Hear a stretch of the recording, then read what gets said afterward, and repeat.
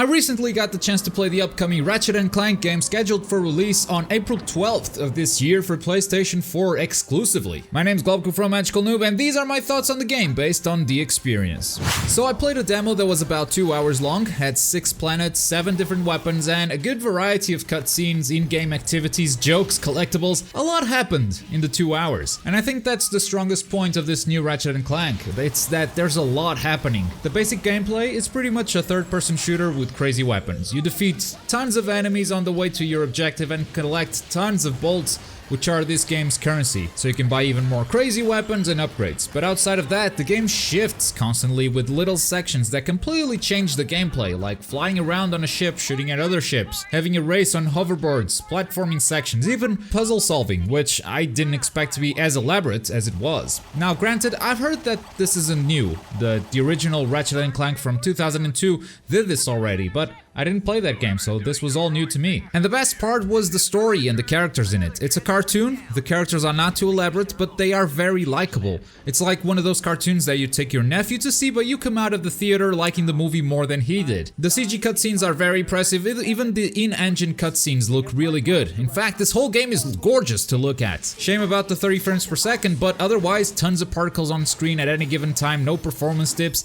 and it's all just very easy on the eyes. Story-wise, you've got a lot of characters and the game is extremely self-aware. Almost every dialogue has some clever reference or some clever joke. My favorite was a character saying to Ratchet, "See you on the next reboot," which is just a perfectly example of how self-aware this game is. But it's not as aggressive about it and up in your face like Sunset Overdrive was. I thought the humor there was a bit too much for my taste, but this time I really enjoyed it. It's a lot more subtle, so when it happens, it's a lot more impactful. I was in love with the story and the characters that I was willing to play a bad game just to see the story progress, but fortunately, the game isn't bad at all. But also, I don't want to mislead anyone. This game won't win any Game of the Year awards. It does a lot with its gameplay moments, changing constantly, which keeps things from becoming boring and stale at any time, but it's not like any of those moments are revolutionary or top-notch. The shooting is fine. It's awesome to try out some new weapon when the difficulty rises. It's also really cool to combine different weapons and combo them to take down a large group of enemies. But most of the time you'll be mowing down waves of enemies kind of brainlessly. Platforming is competent, not infuriating but also not the best in the genre. And all the surprising activities that the game comes up with, like flying the airship, they are fun to do because they are different. But it's not like the plane controls very well to begin with. But that's okay, because these sections are short. You get over them quick and painlessly. But none of them are really stellar. So yeah, that's my general impression of Ratchet & Clank, a third-person shooter with crazy weapons and tons of platforming,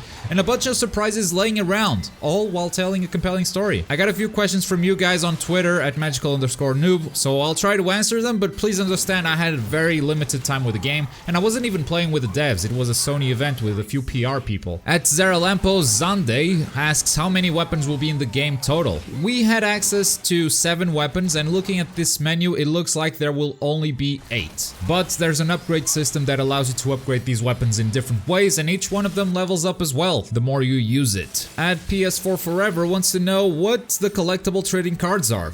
To really explain that, I am gonna have to make another video because it's actually a very interesting system, but just so you don't walk away without an answer today, they are a collectible item that you can find in the world or get through defeating enemies. And this collectible item can be used to upgrade your character or weapons. I'll explain it better in a future video. It's not that simple, but it's really interesting. I haven't seen any game do stuff like this actually. At Lucas Force wants to know if you can explore space like in Ratchet & Clank: A Crack in Time. So I haven't played A Crack in Time, but it doesn't seem possible to explore space in this new game. You travel to other planets by selecting where you want to go on a side menu, and the ship automatically flies there. There could be some space flying minigame in the future. I wouldn't rule that out, but I don't think space exploration will be a thing. Thank you very much for watching this video. I'll definitely do a follow-up on the weapons and upgrades and collectible trading cards because I really like that system, and I think you guys are interested in learning more about it. In the meantime, let me know what you think of the game based on what you've seen so far. Are you looking forward to it? Are you buying it in April? Write down your thoughts in the comments below. While you're down there, click that like button and subscribe for more gaming goodness. I've been Globku. Boy!